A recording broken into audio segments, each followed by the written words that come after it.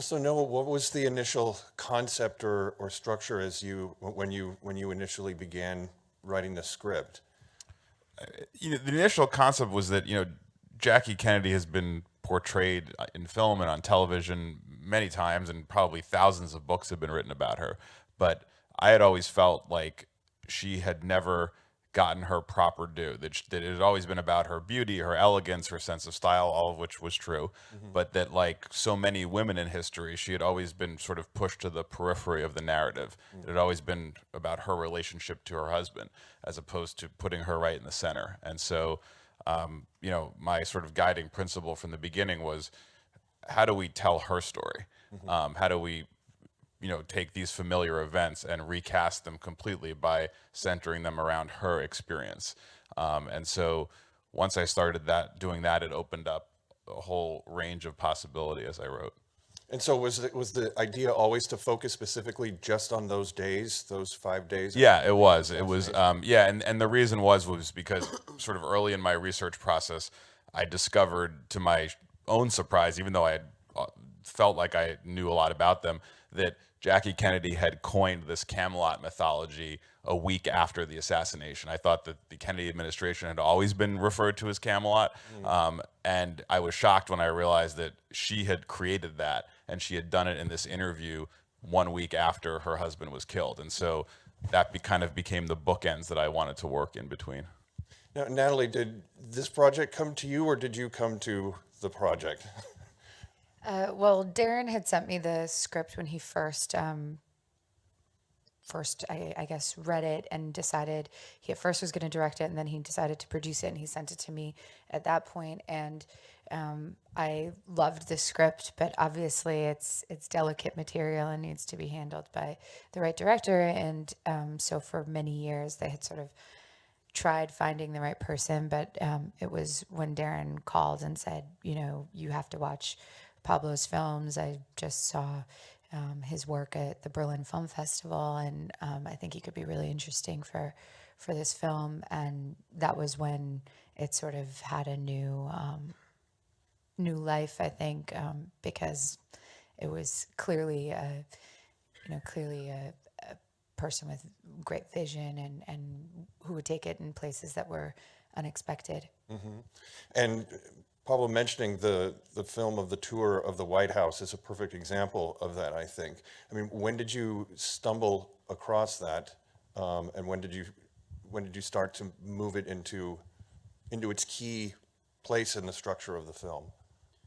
What happens is that it's very simple. Just open YouTube and put Jackie Kennedy, and it'll just pop up. And I saw it like I don't know 50 times. Hmm. I almost memorized it, and I also realized that in that White House tour, she was not only like showing the White House and doing it with such a fragility and beauty at the same time. Um, but she was also talking about Lincoln's widow and Lincoln's life and how he was assassinated, and somehow it would foreshadow what would happen to her. Hmm. So it was like some kind of strange map of pain of her own future. Hmm. And it was also very beautiful because it opened the doors to us to show, for example, the Pablo Casals concert that actually happened there, Hmm. and the party and things that would show some splendor that I thought it was nice to bring into the story.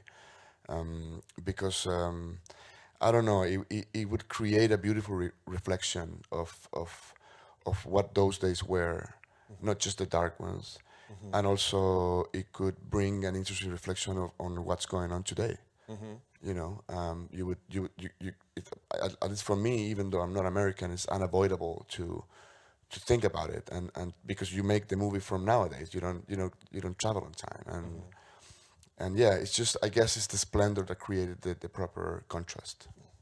Well, so how is that striking a balance not only between getting the emotion of and the fragility that Pablo was talking about, along with the very technical act of getting every beat right and every moment exactly the way it was in the original film?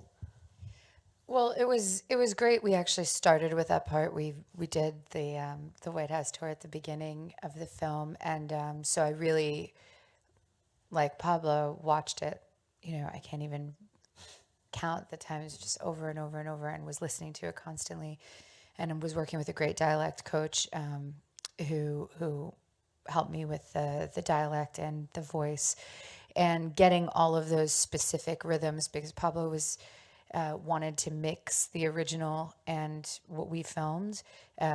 We wanted to be pretty exact, so getting all of those like cadences and pauses and the strong, like sort of elongated words and all of the sort of things that she did. Exact was actually great sort of preparation for doing the rest of the scenes that were not, based on exact replicas of filmed existing film. So it really got me into the whole voice and everything. And then we got to play with all of the emotions, even in the White House door. I mean, Pablo would always be like, get more excited about the table. Like, she's so excited about the table. And it was true. You really saw her channeling all of her like passion into something very socially acceptable for a woman to be passionate about. At that time, to be like into decor was a completely acceptable and laudable feminine pursuit. And so she put like all of her desire into these objects, and it was a beautiful thing to get to add to the character, to see what she was like before all this horrible trauma happened to her. And so where was the White House set created, and where were the interiors filmed?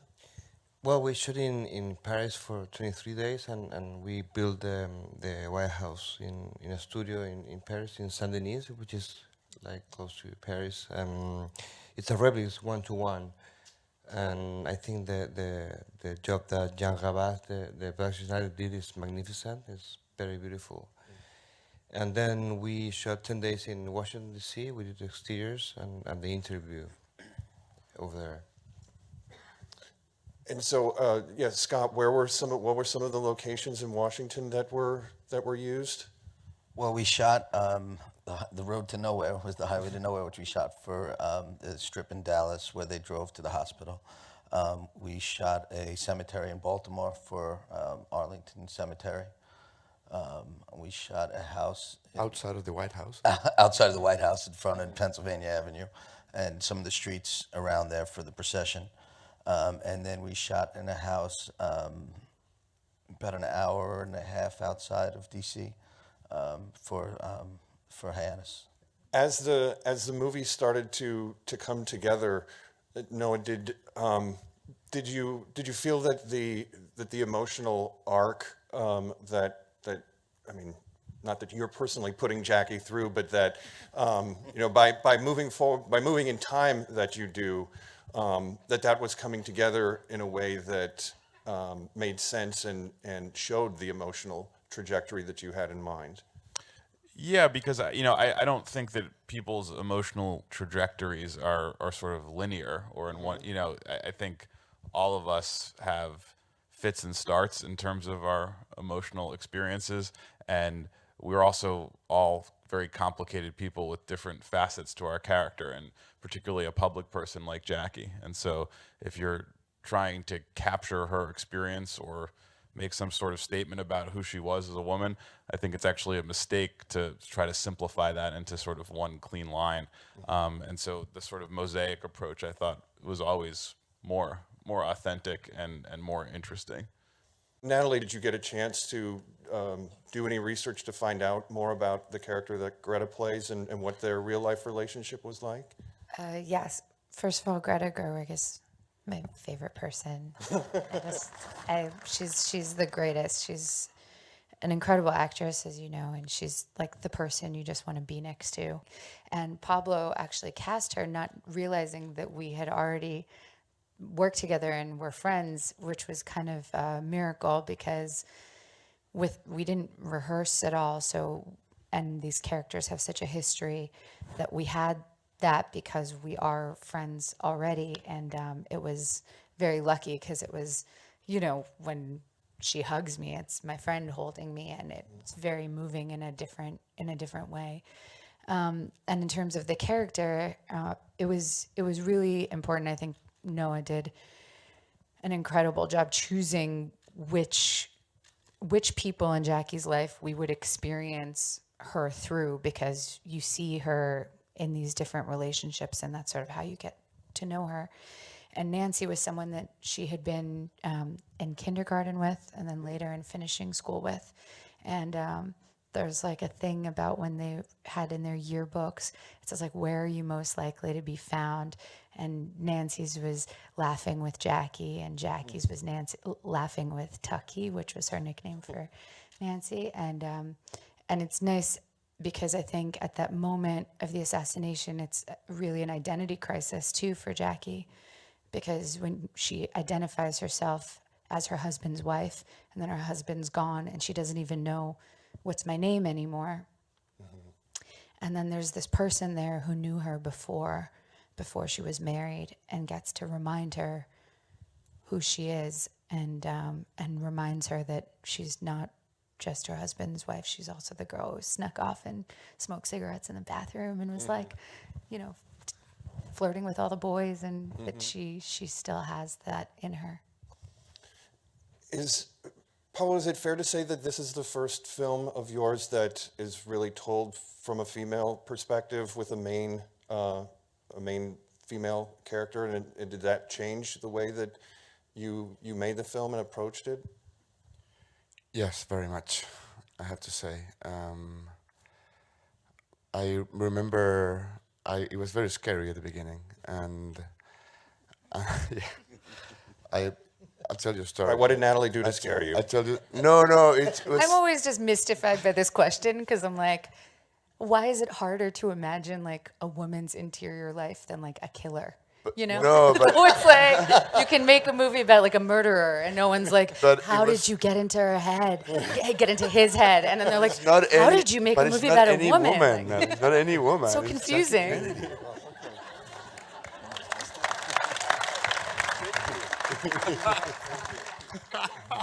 Okay, so what I did is like I called my mother. Okay. Yes, First step. and I said, "There's an American director, and like who wants me to make this film," and she's like, "Who is that guy?" I said, "Darren Aronofsky." She made this movie with this cute dancer. Yes, right. Yes, ma'am, that's the person. And she's like, "You go and make that movie, son." And I'm like, "Why?" Because that's the story that we can all relate to.